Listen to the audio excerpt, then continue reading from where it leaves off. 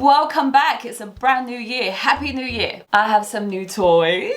So the kids in my family obviously think that I'm weird because I go around buying things that they want and I'm like, no, it's mine. I haven't named him or anything, but he's gonna be my new friend. And I was waiting for the kids to leave because my sister's been here for Christmas. I was waiting for everybody to leave for me to take him out because obviously I don't want them to play with him and ruin him, because I actually had another one, a yellow one, through Christmas, and he got ruined because my son kept squeezing her. I don't even want to do what my son was doing because I don't want to ruin him, but he no longer has eyes, and he's very dirty, and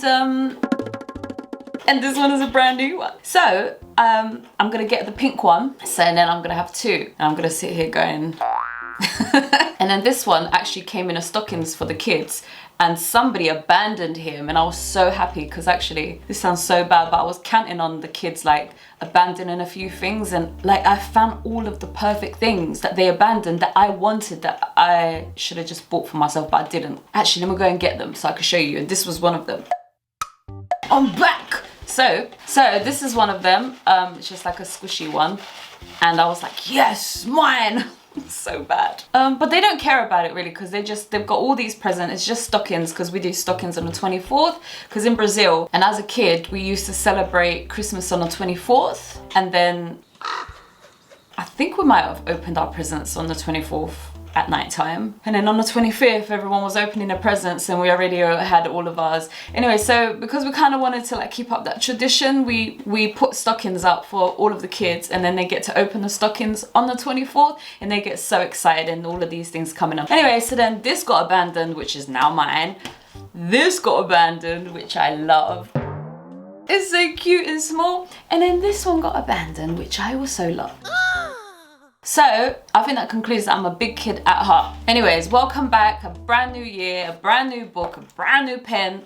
Wow. Oh, and another update is that I've been doing loads of rings with like stones, and here's my first one that I'm showing. There's an amethyst little stone, and I literally got so many, so I'm going to be wearing them every week and showing you guys my creations because I'm really proud of them. I don't even know if you can see it properly. So today I'm going to be talking about something that's really close to my heart. It's been close to my heart for a very long time because I thought I was a monster because I had this problem, and it turns out that I don't think I am a monster. I don't think I'm a monster at all, actually, because obviously I have a lot of kindness inside of me, but I also have a lot of rage. And so then I wanted to come here today to talk about anger. Dealing with anger. And to be honest, when I do these videos and then I'm like listening to them back as I'm editing, I kind of help myself. It's like a dear diary. These videos are more like a dear diary. This is how I'm feeling, and then I go and post it online just in case it helps loads of people. And I know like that my God talk might offend loads of people, but I'm willing to have these difficult conversations and put them online so then we could start these conversations, because I feel like the God thing, we really need to unravel that. But we're not talking about God today. We're talking about dealing with anger. Oops. I wish my anger looked like that. I really wish my anger was just, oh no, you know, the bitch resting face that people talk about. I wish that that's what my anger was like, because then if it was, I wouldn't be making this video, because then that would be normal. But my anger does not look like that. My anger looks like breaking things, attacking things, screaming very loudly. No. Let's get into this. So I suspect that there's a lot of people in the world who are dealing with this type of thing, this type of anger. And actually maybe there's a lot of people secretly dealing with this type of anger, and we just don't talk about it, we just don't know it because it's a bit embarrassing, and you want to be the nice person, you want to be the chirpy person, you want to be the liked person, and anger, as we know, doesn't get the best reaction, and people don't really want to be around you when you're angry all the time. And technically thank God I'm not angry all the time, but when I burst, which is more often than I'd like, I definitely don't like it. Anyways, so for the past, I'd say 3 months, my anger feels like it's been out of control. Literally, I feel like I can just break everything all the time. Like I go out onto the street, I see something, and I'm just like, what are you doing? Like I went to the Greggs, and I never used to do this before. I was actually very calm for a big chunk of my life. I was actually very calm because I believed that I was sent here by God to heal the world, to help the world, to get past this this weird world that we have created, and I really believe that. And when that, and I talk about it a lot, that when I started losing faith in that belief, then I became very, very depressed. But something different happened in the past 3 months where I just became very, very angry. And there was this woman in Greg's, and things that are very unfair just makes me snap. If something is unfair, I have no filter. It just makes me snap, and I could just feel that anger building up in my chest now. So this is what happens to me all the time, is that I feel this feeling in my chest and I can't control it. And when I say I can't control it, is I have to express it. I have to express it. I have to talk about how I'm feeling. And I guess that's what anger is the expression of how you're feeling. Anyways, I always go into Greg's and they always have 2 lines, and I always get really uncomfortable when I'm in public, because you got a bunch of people who are very selfish and a bunch of people who are very what's that word, considerate, right? So then it happens all the time. We've got 1 line going on in Greg's, and then somebody comes and they know that you're supposed to be having 2 lines, and instead of telling the people, oh sorry, we're supposed to have 2 lines, they go skip the whole queue, line up there. Oops. Oh, I could just feel the anger. And I always think, because of this like stupidity of people being selfish and not being considerate of people who have been lining up for all this time, I just feel like it is easier to just have 1 line, because then the whole problem will be solved, or at least have somebody on the floor all the time controlling the 2 lines, but they don't do that either, right? So anyway, so then the lady behind the counter, she came out, she was like, excuse me, we're supposed to have 2 lines. And then when she said it, literally, I just saw red. And I was just like, why do you have such stupid rules? And then I think I don't even remember what I said. And it wasn't even that she would listen to me, because I don't even think that people listen to anger. It was just she was ready to hate me. But because my anger was bigger than hers, she had to back down. But there was nothing in her that was learning from me. Nothing in her that was listening to me. It was just hate. She had hate in her face. I had hate in my face. I justified my hate towards her. She probably justified her hate towards me, because that's her job, that's the rules. She's just following her rules, she's just following the job.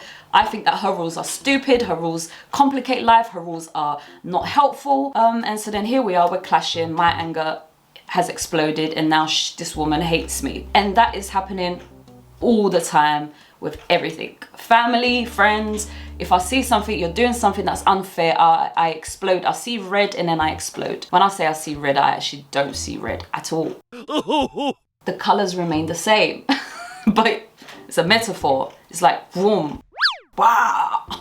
And I have never been in so much anger in my life. I sit there in the shower and I start remembering things, and oh, that person said this, and this person did that, oh, that means that that person's this, or that person's not very nice, oh my gosh. And then I use the word C a lot, I use the word F a lot, I call everybody a C. Totally out of control. And like I said, if I was like this when I was angry, then we wouldn't have a problem, but I'm not like this, and I don't really want to express how I am when I'm angry on camera right now anyways, because obviously it doesn't resolve nothing. Anyways, the first time I remember having anger, actually it's funny, because when we moved to England, I was bullied a lot because I was a foreigner, and it literally was like quite traumatizing to be bullied and to be at the bottom of this world where nobody respected you, nobody cared for you. Actually, it was the opposite. They hated you, and people will throw eggs at our door, and they will pull out all of the plants that my mum would plant, and it was a lot of racism when we first got into this country. So then I was humbled into fear. So then I had a lot of fear, and so then I was like humbled in fear. I don't want to put those 2 words together, but I already did it, so let's just go with it. Humbled by fear. I don't know if I like that, but anyway, so then one day my mum said to me, we was talking about existence and before we're born, after we die, and I was saying to her, you know, what happens before I'm born and what happens after I die. And then she said to me that I don't exist before I'm born and I don't exist after I die. And I remember I was infuriated by the thoughts, and so then I went upstairs to my room. I was so angry. I was like, how can I not exist before I'm born, and how can I not exist after I die? Like, I was so angry. And I just remember I went upstairs and I started smashing everything in my bedroom. But I was clever because I only smashed things that I knew I could hide or that wasn't that important. So then I'm like, "Ugh," and I'm enraged. Anyways, and then from that day, I just remember that that's how I react in anger. When I get angry, I break things, I attack things, and it's been an issue. But like I said, there was a massive chunk from maybe when I was like, I don't know, there was a massive chunk in my life where I didn't see that anger ever.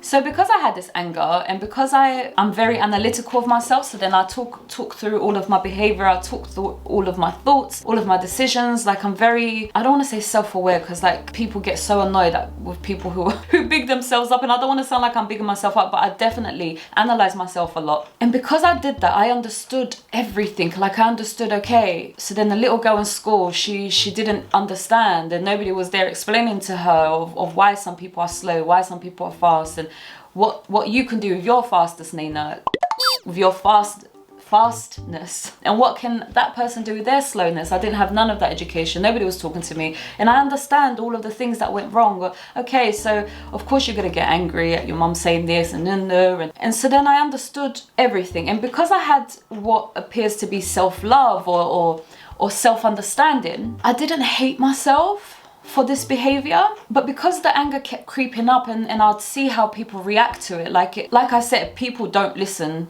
when you're angry. They shut down. And actually the only time that they listen is that if they really believe in what you're saying. But if they don't believe in what you're saying, they don't listen to anger. And if they do, then they feel really, really rubbish about themselves, which again is not my desire to make people feel rubbish about themselves. So either anger makes you listen and it makes you feel rubbish about yourself, or it makes you hate the person that's being angry towards you, and there is absolutely no way that you're going to listen to what they're saying. But because anger was the only thing that was sticking up for me for a long time, all through my depression, all through my downfalls, the only thing that I had was my anger, and my anger was the only one that was sticking up for me. My anger would be the only one that would be like, hold on, that's not right, or you know, the one who would be sticking up for things. Or like, for example, if somebody's getting bullied, I'd get so angry, and so then my anger's looking out for that person, and I'd be like, what are you doing?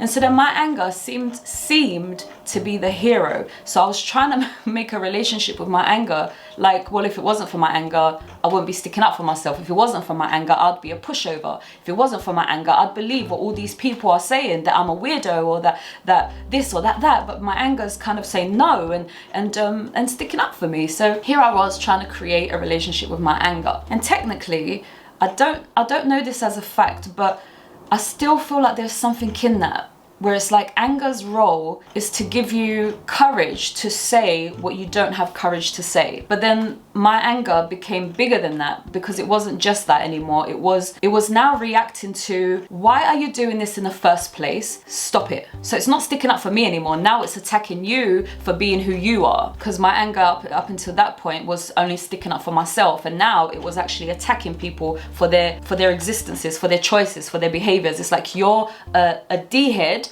because you are doing this. And that's what my anger started to do, attacking outwards, right? For things that wasn't even related to me. And it kind of is related to me because I'm living in this world, but it's not directly related to me, right? Anyway, so before I move on to like, how do we heal this? Like, how do we help this? Like I said, there's so many people out there who I think are going through this. What are we going to do about this? But I really have to alliterate here and stress here, I'm so analytical that I watch people, I watch how they react to me, or I watch how I make them feel, and I care about how I make them feel. So then I go back into my bedroom and it's playing in my head, like, so I made that person feel like that. The woman in Greg's, I don't want her to hate me, and now she literally hates me. And what I've noticed is that, well, either you take that role or you don't, right? You take the role of the person who scares everybody, who's like intimidating everybody, who makes people feel uncomfortable. And the only reason why this became a problem is because of my son. So then my son knows how I am, and he sits with me in my car, and when somebody cuts me, or when somebody does something that's like really bad in traffic, and I'm like losing my shit, I make him scared. And so then, you know, he was scared of my reactions. And even towards him, like, am I gonna do something wrong? Is she gonna lose her shit at me? You know, so he was scared of me, and actually that's something that absolutely breaks my heart. And I know that there's parents out there who are proud of that, and who want their children to fear them, but I don't want my son to fear me. I don't think that's right. I feel like we can respect each other without fear. And actually, for the longest time, he did respect me without fear, because I didn't really express this anger for a long time in his life, and this anger was born later on in his life. So and he listened to everything I said because I was kind to him, I respected him, and that's the relationship we had. So he respected me, I respected him, and he listened to me. I didn't need to threaten him because we had this respect for each other. Anyway, so my anger scared him. The point I'm making is that I don't think that anger teaches anything. Like I said, it either makes you feel rubbish about yourself or it makes you get hated. But what I do think that anger teaches is the self, about what you want and what you don't want, and what you believe in, what you don't believe in. And maybe anger is a self tool to guide you into understanding and knowing yourself and what you want and what you don't want. Sorry, I'm just repeating myself here. So what I do have is like real sympathy for people who are angry, like real sympathy. And if it's not directed at me, because if somebody was angry towards me, I'd probably see red and return the anger. But if it's not directed at me, I completely understand it, and I feel kind of sorry for them. So then I try and help, and I'm like, I completely understand how you're feeling. Like, of course you're gonna get angry at this, and I completely understand why you're doing this, and I want to be the mediator in the middle of these problems, because I really do understand, and I want to help both people. So I think that anger is born because of overwhelming stress or overwhelming pain or overwhelming trauma, like something that is overwhelming that the brain is not processing, and it's not processing it peacefully and at the pace that, a very good example, my camera just stopped recording because it reached a maximum, and I just want to explode because I didn't ask for the camera to do that. I don't know how to stop the camera from doing that.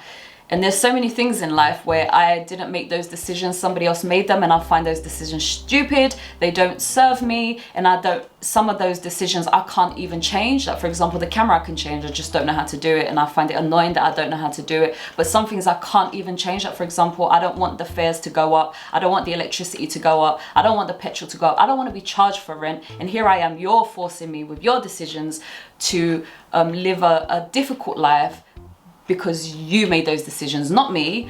And stuff like that is just really angering me. And here is another example, the camera. I don't want it to cut into 2 videos. I want it to just be 1 video. And here we are, 2 videos. And it's angering. But like I said, I'm angry because I'm overwhelmed with everything else about life. I don't understand why I'm alive. I don't understand why God appears to be heartless. I don't understand why humans are sometimes evil. Like I just don't understand anything, and so then all of this other things is overwhelming me, and the last thing I want to think about is the camera. So then the camera is now an extra overload, and so then I explode because it's just another thing and another thing and another thing. So I do feel like people who are angry and they're exploding a lot of the time, they are overwhelmed and their brains are overwhelmed. And I think that what anger translates as is stop it. Anger equals stop it. Stop it. And so then it makes sense that if you're overwhelmed and you're overstressed and everything is just piling up, the stop it makes sense, right? Because you want it to stop. But the other people who are watching you, who are experiencing you, they have no idea that you're overwhelmed. They have no idea that you're going through this. So when your stop it comes out, they're like, whoa. And then they get scared or they get angry at you because they feel attacked. And when we feel attacked, we go, stop it. So everyone's kind of going, stop it. Oh no. And none of us understand why and what the heck's going on here. Now comes the hard part. Okay, so here's what I'm thinking. That maybe anger is a transitional function that is not going to last for very long, and it's a function for us all to get our acts together. Because what I'm thinking is that because I've gone through all of this anger, I feel like I'm a brand new person, and though I'm trying to control it and I'm failing every time, because I have these conversations with my son and I say to him I'm going to try to do better, because I snap at him as well, and I don't break things around him or anything, but I do snap at him. So then, and I talk to him afterwards because I feel bad, and then I said I'm gonna try better, and then each and every time I fail and I snap again. But I'm just thinking, because I've gone through all of this stuff, when now it's become so normal to me to tell you how I feel, to tell you that's not right. Whereas when I was 17, I'd think, oh, that's not right, but I wouldn't have the courage to say it because I don't want to offend you, I don't want to start a fight with you. Whereas now, I'm like, I don't care if I start a fight with you. That's not right, and I'm gonna say it. And I know that I have to change the attitude behind that, because I know there's still a little bit of attitude, and attitude, people don't listen to attitude, because I don't listen to attitude, and I notice it everywhere. Like, people just don't listen to attitude, and they copy you. Like, we all copy each other. So then if I start giving you attitude, you're just gonna copy me, and then we're all gonna give each other attitude, and then we're all gonna end up hating each other. So attitude, I don't want to carry that on. And at the same time, now I have the courage to not hold back when I see something that's unfair. So technically, anger has served a purpose and it has helped me, but now I want to get rid of the anger and just keep the confidence. And I've been trying and I've been failing, and I think it's because I'm still overwhelmed by life, and I still don't have, and I'm still saying stop it to everything, instead of understanding, like, okay, that's how we're gonna change it. Okay, that's how we're gonna change it. And instead, I don't know how we're gonna change it. So then I'm like, stop it. So maybe the end of anger would be when we have a brand new world. Okay, so that was just a tip for me and my brain, because obviously people actually need some real tips for them. So let me finish this video with giving you some tips as to how to control your anger, how to deal with your anger, being the person who is experiencing anger, and then we'll talk about being the person who's receiving that anger, right? So I say that we should really avoid having conversations and trying to come up with conclusions when angry. I think that we should go outside, because that's the quickest way I'll calm myself down, is to actually have fresh air. Because if I go to my room, it takes about, I'd say, like 2 minutes for me to calm down. But if I walk outside, it will literally take like seconds for me to calm down. So I feel like we need to go outside, get some fresh air when we're angry, and we should not have conversations when we're angry, because people don't listen, and we either make them hate us or be scared of us and feel ashamed, right? Then when we are calming down, we should not condemn ourselves, but we should try to do better. So always go back to talk about what has happened. And if you go back and your anger gets activated again, stop. Go back outside to see how am I going to deal with it when I go back. And you have to keep doing this. And I know it's a long thing, but you have to keep going back outside to see how you can come back in and deal with it in a different way. Because sometimes people gaslight you, people don't understand you, and then they make it worse. And in that situation, I feel like sometimes you actually just need to get rid of it. Like, if somebody's gaslighting you or they don't understand you, I feel like we should push that way away so you could just stay alone. Get them out, so you don't need to be activated by that type of thing. Because people who love you and who are not gaslighting you, they want you to be better. Like, my son wants me to be better, but I don't know if other people want me to be better. They just want me to stop being angry, but they don't care for me to be better. They just want me to stop being angry. Whereas my son, he cares that I am happy. But I don't need to entertain the people who don't care about my insides. I don't need to entertain them. They could just go away. I can still feel the anger towards them though, so I don't know how to heal that anger. Or just accepting that people are a little bit immature, and we're gonna heal that. And it's also really helpful to have somebody to speak to, and not the person that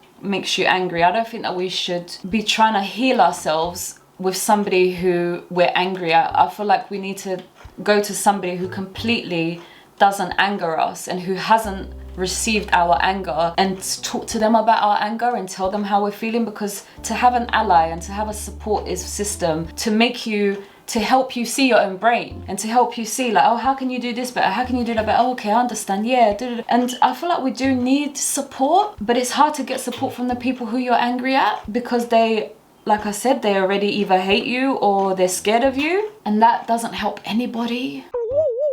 So yeah, go take a break, go outside, don't have conversations when you're angry, and then have somebody to speak to. And if you don't have somebody to speak to, talk out loud with yourself in the mirror, looking at yourself in the mirror, because that always helps me. Like, I am my own best friend in those moments. And try to do better, try to come up with new ways. Okay, so next time this happens, this is how I'm gonna react. Okay, I failed again. Next time this. Okay, I failed again. And the only thing we can keep doing is keep trying, and hopefully it will get better. Because I have gotten better with some things, like for example in traffic, I have gotten better, even if it's unfair. It's like, okay, so you're a selfish human and that's what's going on. Okay, so you're cutting in front of me like that when you wasn't supposed to cut in front of me. Everybody's selfish in this world. Okay, so there's a lot of self-talk that needs to happen when you're calm. Because if you're self-talking when you're angry, you're just gonna justify why you're angry, and you're gonna get even more angry because you're like, I'm right, oh, and you're just gonna get even more angry. So try not to justify when you're angry. Calm down before you start to self-talk. Now, the person who's receiving the anger. I know my son is too young to know how to do this, so this is more advice for like older people, but If you were just to say, okay, you're getting angry at me and I don't want to receive your anger, let's stop this here and carry on talking when you're not angry. I feel like if somebody said that to me, I'd be like, oh, and it would just be like, oh, and I'd feel a bit embarrassed because it's like, you're right, I don't have the right to abuse you in this way. So I think to just tell somebody straight, like, okay, so now you're disrespecting me or now you're being angry, so let's not talk now. Let's just wait for you to calm down. What we should not do is end up having a screaming match. It's so difficult because if the person who's been angry is not self-aware and they don't want to get better and they don't feel bad for their actions, then if you try to approach that person and say, okay, so like for example, if my son approached me when I was calm and he says to me, you know, I really don't like it when you're angry, you scare me, I would completely listen to him and I'd be like, you're very right, and you have, you know, and I'm so sorry, and I'll literally hear him out and accept what he's saying. But if I didn't care, again, it depends if the person comes with sincerity and they come with love in their eyes and they come with care in their voice, because if they don't and they're like, you could tell they don't care for you, then like I said, the best thing is that you guys part ways and you don't really communicate, because this person doesn't care for you that way and your anger is not accepting them. God, I hope I'm not talking codes here, and I hope that I've been making sense here.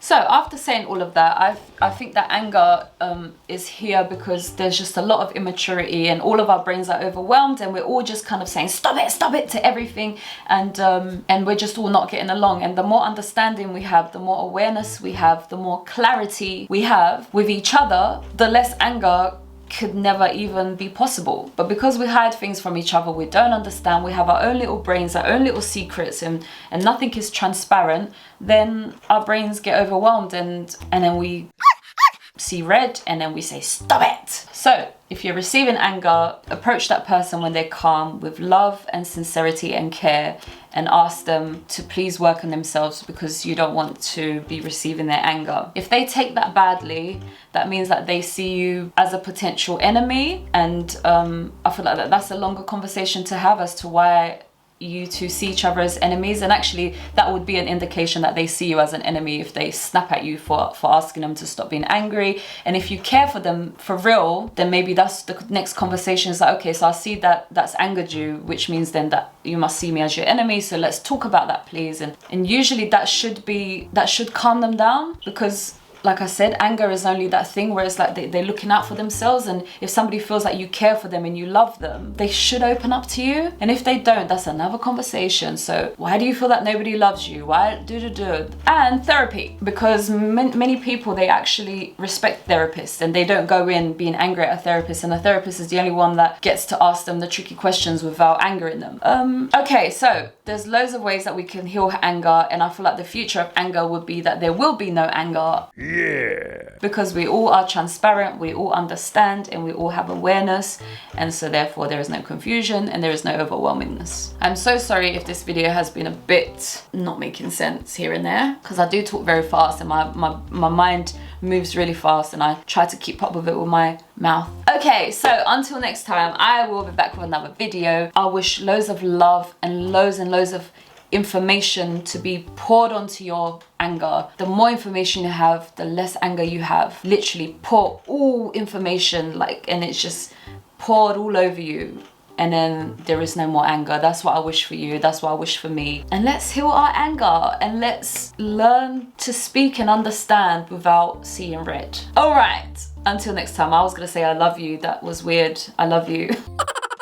Until next time, I will be back with another video. All right, bye.